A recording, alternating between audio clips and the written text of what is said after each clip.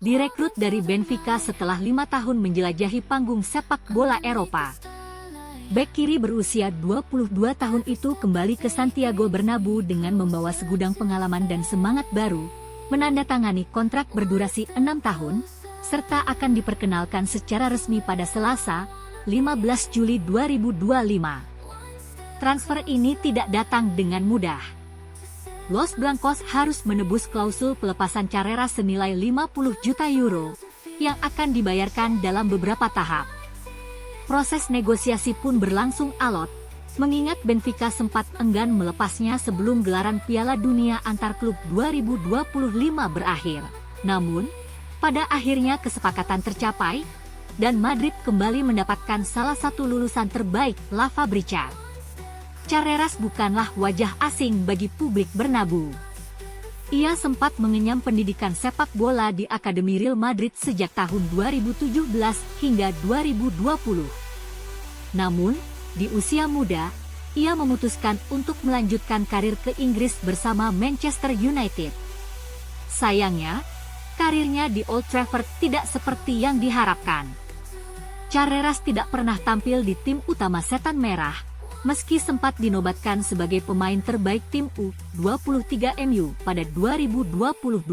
Ia kemudian dipinjamkan ke klub-klub seperti Preston North End dan Granada, sebelum akhirnya menemukan momentum terbaiknya saat dipinjamkan ke Benfica.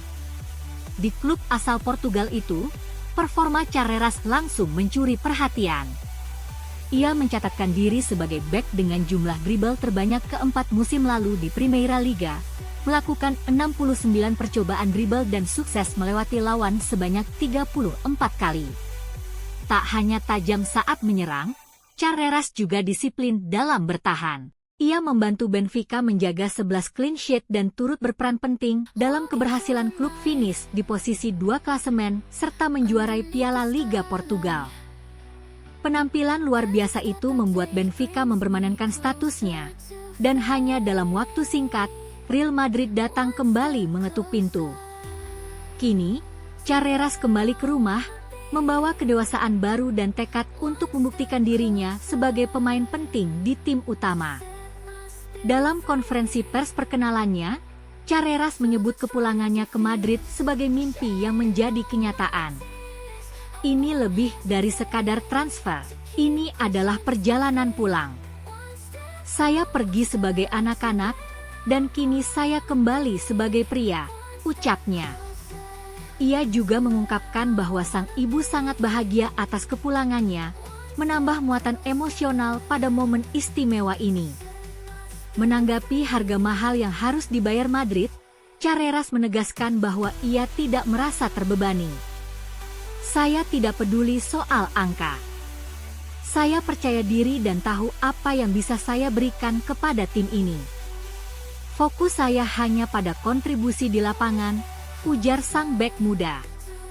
Kepulangan Carreras menjadi bagian dari proyek ambisius Real Madrid di bawah kepemimpinan pelatih anyar, Xabi Alonso.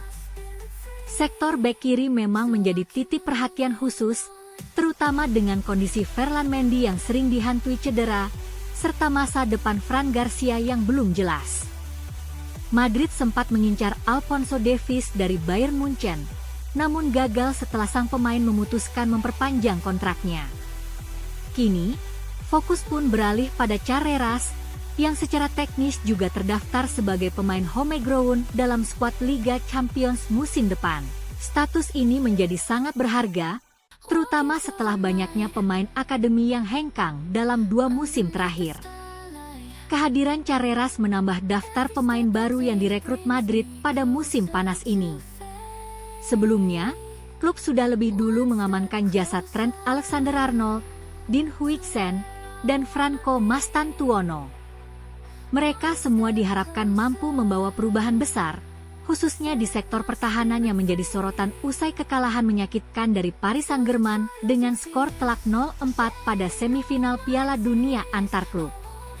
Kekalahan tersebut menjadi tamparan keras bagi Real Madrid. Duet Antonio Rudiger dan Raul Asensio dikritik habis-habisan usai gagal membendung agresivitas lini depan PSG. Walau Asensio masih dianggap sebagai proyek jangka panjang, Keraguan terhadap Rudiger semakin besar, usia dan performanya mulai dipertanyakan. Meski demikian, Madrid tetap tidak tergoda untuk melakukan pembelian panik. Klub memilih fokus pada wajah-wajah baru yang telah datang. Alexander-Arnold akan memperkuat sektor kanan, Carreras di sisi kiri, sementara Dean Huijsen diharapkan menjadi pelapis jangka panjang yang tangguh. Mereka bertiga diyakini akan menjadi pondasi baru bagi pertahanan Madrid pada musim 2025-2026. Di sisi lain, Madrid masih memiliki rencana jangka panjang untuk memperkuat lini belakang. Salah satu nama yang ada di daftar utama mereka adalah Ibrahima Konate, bek andalan Liverpool. Meskipun saat ini belum ada pergerakan resmi, Real Madrid disebut telah menyusun strategi khusus, menunggu hingga kontrak Konate habis pada akhir musim depan untuk merekrutnya secara gratis. Langkah ini diambil sebagai pelajaran dari pengalaman yang mereka alami saat mendatangkan Alexander-Arnold. Kala itu, Madrid sempat yakin bisa mendapatkan sang pemain tanpa biaya transfer, namun pada akhirnya harus merogoh kocek lebih dalam. Demi menghindari kejadian serupa, kali ini mereka lebih sabar dan strategis. Sementara itu, transfer Carreras tak hanya memberikan dimensi baru pada skuad, tetapi juga membuka babak baru dalam perjalanan karir sang pemain. Ia tak lagi hanya sekadar alumni akademi, melainkan kini hadir sebagai figur utama dalam proyek regenerasi Real Madrid. Sementara Real Madrid sibuk membenahi lini pertahanannya, di belahan lain Eropa, persaingan sengit di bursa transfer juga terus memanas. Barcelona belum menutup pintu untuk mendatangkan Luis Diaz dari Liverpool. Meski sempat mundur karena bandrol harga yang tinggi, harapan baru muncul seiring kabar bahwa Liverpool tertarik pada Rodrigo Goes. Jika Liverpool benar-benar mengejar Rodrigo, maka mereka mungkin harus melepas salah satu penyerangnya, dan Diaz bisa jadi tumbal. Barcelona pun bersiap, cukup menunggu satu kepingan domino jatuh untuk membuka jalan bagi Diaz ke Camp Nou. Keinginan sang pemain juga memperbesar peluang, karena Diaz disebut lebih memprioritaskan Barcelona dibanding Bayern Munchen. Jika Liverpool membuka harga dalam kisaran 62 juta euro, maka transfer ini bisa menjadi kenyataan. Dari London, Arsenal juga bergerak cepat. Mereka selangkah lagi mendapatkan Noni Madueke dari Chelsea. Transfer winger muda itu diperkirakan memakan biaya hingga 55 juta pound. Cerita menarik muncul dari Italia, bahwa Madueke pernah direkomendasikan kepada Juventus oleh mentor Massimiliano Allegri, Giovanni Galeone. Namun, Juventus kala itu memilih mendatangkan Francisco Conceição dan Nico Gonzalez, dua nama yang kini justru berada dalam ketidakpastian. Di Premier League, Newcastle sedang membidik striker Eintracht Frankfurt, Hugo Ekitike. Pemain berusia 23 tahun ini tampil luar biasa musim lalu dengan torehan 22 gol dan 12 assist. Frankfurt bersedia melepasnya jika pemain memilih hengkang, meski klausul pelepasannya mencapai 100 juta euro. Newcastle mencoba menurunkan harga menjadi 75 juta euro, namun langkah ini bisa berisiko menyalahi aturan Profit and Sustainability Rules, PSR, jika mereka tidak melepas Alexander Isak. Menariknya, pelatih Eddie Howe justru ingin memainkan keduanya secara bersamaan. Sementara itu, Juventus terus berupaya melepas Dusan Vlahovic, dan telah menawarkan sang penyerang kepada Manchester United. Namun, setan merah masih fokus pada transfer Bryan Mbeumo dari Brentford. Juventus bahkan dikabarkan membuka kemungkinan barter dengan Jadon Sancho yang memang ingin pindah dan disebut hanya bersedia bergabung dengan Juventus. Liverpool pun tak kalah aktif. Klub Merseyside ini tengah berjuang mendapatkan Marc Guehi dari Crystal Palace. Bek Inggris itu dianggap sebagai pengganti ideal untuk Jarell Quansah yang hengkang. Namun, negosiasi berjalan alot karena Palace enggan kehilangan pilar penting mereka. Tawaran terakhir Liverpool kabarnya masih jauh dari permintaan 40 juta pound, dan mereka mempertimbangkan untuk beralih ke target lain jika tidak ada kemajuan. Situasi ini menjadi lebih mendesak setelah Ibrahima Konate dikaitkan dengan kepindahan ke Real Madrid. Krisis lini belakang tampaknya menjadi kekhawatiran nyata bagi pelatih Arne Slot. Di luar hiruk-pikuk transfer, Liverpool baru saja menjalani laga pramusim melawan Preston North End yang berlangsung dalam suasana emosional. Laga tersebut menjadi penghormatan bagi mendiang Diogo Jota dan saudaranya, Andre Silva. Suasana haru menyelimuti Dead Dale Stadium, dengan seluruh elemen klub dan penonton memberikan penghormatan sebelum pertandingan. Virgil van Dijk, meski tidak bermain, hadir dan menyampaikan pesan emosional melalui akun Instagramnya, mengungkapkan rasa syukur dan penghargaan atas cinta yang diberikan supporter. Ia juga memberikan apresiasi kepada tuan rumah Preston yang menunjukkan solidaritas luar biasa. Arsenal menunjukkan keseriusannya dalam membangun skuad yang tangguh untuk musim 2025-2026. Salah satu langkah penting yang sedang mereka rampungkan adalah transfer bek muda potensial milik Valencia, Christian Mosquera. Nama Mosquera mencuat ke permukaan sebagai salah satu target utama Mikel Arteta. Sang manajer menilai gaya bermain Mosquera sangat cocok dengan filosofi permainan Arsenal. Valencia pun kini berada dalam posisi sulit, karena The Gunners sudah melayangkan tawaran resmi. Menurut laporan eksklusif dari Fabrizio Romano, kedua klub telah mencapai kesepakatan transfer. Nilai transfer Mosquera disepakati sebesar 15 juta euro, ditambah sejumlah bonus, dengan total paket tidak melebihi 20 juta euro. Fabrizio bahkan sudah mengonfirmasi kesepakatan secara verbal. Breaking, Christian Mosquera ke Arsenal, here we go. Kesepakatan lisan sudah ada dengan langkah formal menyusul, tulisnya melalui media sosial. Kontrak jangka panjang sudah disepakati. Mosquera hanya ingin bermain untuk Arsenal. Tes medis dijadwalkan akhir pekan ini. Transfer Mosquera bukanlah satu-satunya langkah strategis Arsenal. Sebelumnya, mereka telah meresmikan dua rekrutan penting untuk memperkuat lini tengah. Martin Zubimendi dari Real Sociedad dan Christian Norgard dari Brentford resmi menjadi bagian dari skuad Arteta. Kehadiran dua gelandang ini memberikan fleksibilitas baru dalam taktik permainan. Zubimendi dikenal dengan visi dan ketenangannya mengatur tempo, sementara Norgard memberikan kekuatan fisik dan perlindungan di sektor pertahanan. Tak berhenti sampai di sana, Arsenal juga mengamankan jasa Kepa Arrizabalaga dari Chelsea. Mantan kiper Real Madrid ini bakal bersaing ketat di bawah Mister Gawang Emirates. Arteta tampaknya benar-benar tidak ingin mengulang kegagalan. Arsenal ingin lebih dari sekadar menjadi penantang, mereka ingin menjadi penakluk. Salah satu saga transfer yang paling menarik musim ini akhirnya mendekati akhir. Arsenal dan Sporting Lisbon dikabarkan telah mencapai kesepakatan untuk transfer Victor Gyökeres. Nilainya sangat fantastis, 63,5 juta euro sebagai harga dasar, dan bisa meningkat hingga 80 juta euro dengan berbagai bonus. Gyökeres sudah menyatakan keinginannya untuk bergabung dengan Arsenal, bahkan sampai menolak latihan pramusim bersama Sporting. Agen sang pemain bahkan rela melepas komisi agar kesepakatan berjalan lancar. Striker berusia 27 tahun itu tampil luar biasa musim lalu, mencetak 54 gol dalam 52 pertandingan. Performa ini membuatnya sejajar dengan nama-nama besar seperti Haaland, Kane, hingga Lewandowski.